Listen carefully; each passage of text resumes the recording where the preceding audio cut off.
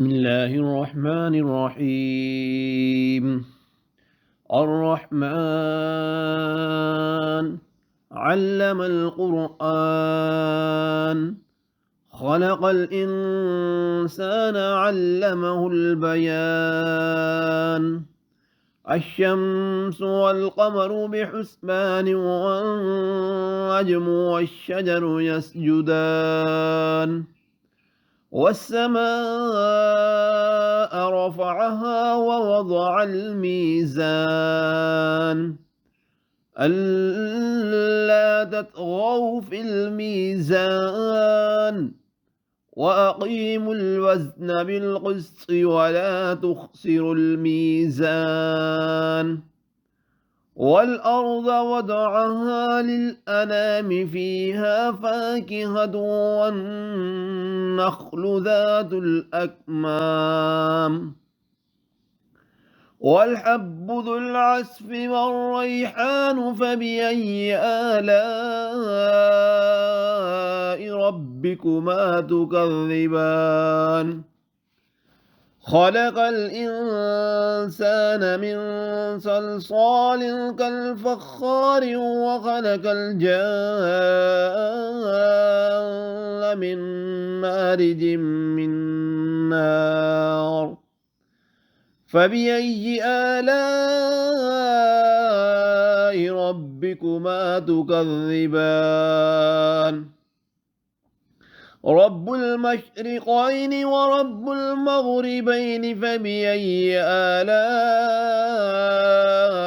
ربكما تكذبان؟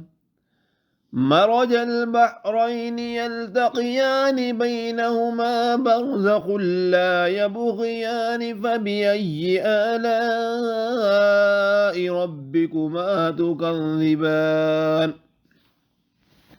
يخرج منهما اللؤلؤ والمرجان.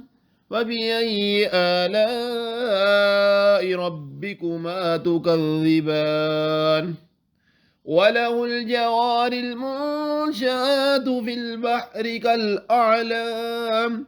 فبأي آلاء ربكما تكذبان؟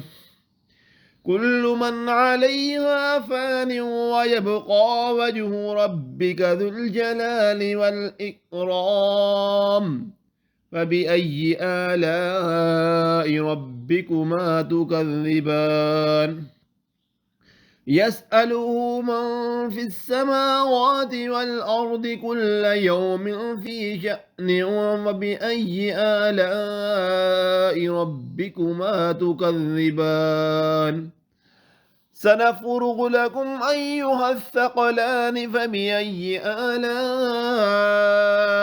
ربكما تكذبان؟ يا معشر الجن والإنس إن استطعتم أن تنفذوا من أقطار السماوات والأرض فانفذوا، لا تنفذون إلا بسلطان. فبأي آلاء ربكما تكذبان؟ فإذا انشقت السماء فكانت وردة كالدهان. فبأي آلاء ربكما تكذبان؟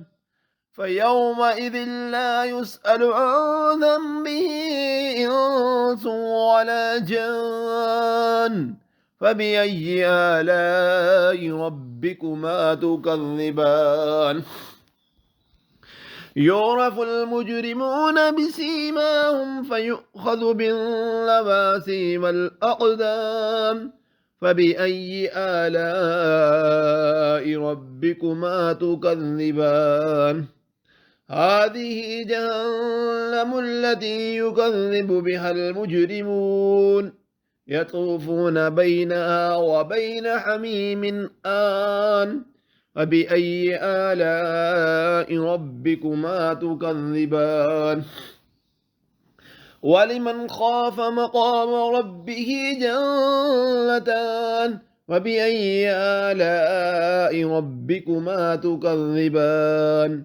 ذواتا أفنان فبأي آلاء ربكما تكذبان فيهما عينان تجريان فبأي آلاء ربكما تكذبان فيهما من كل فاكهة زوجان فبأي آلاء ربكما تكذبان متكئين على فرش بطائنها من استبرق وجنى الجنتين دان فبأي آلاء ربكما تكذبان فيهن قاصرات الطرف لم يطمثهن إنس قبلهم ولا جان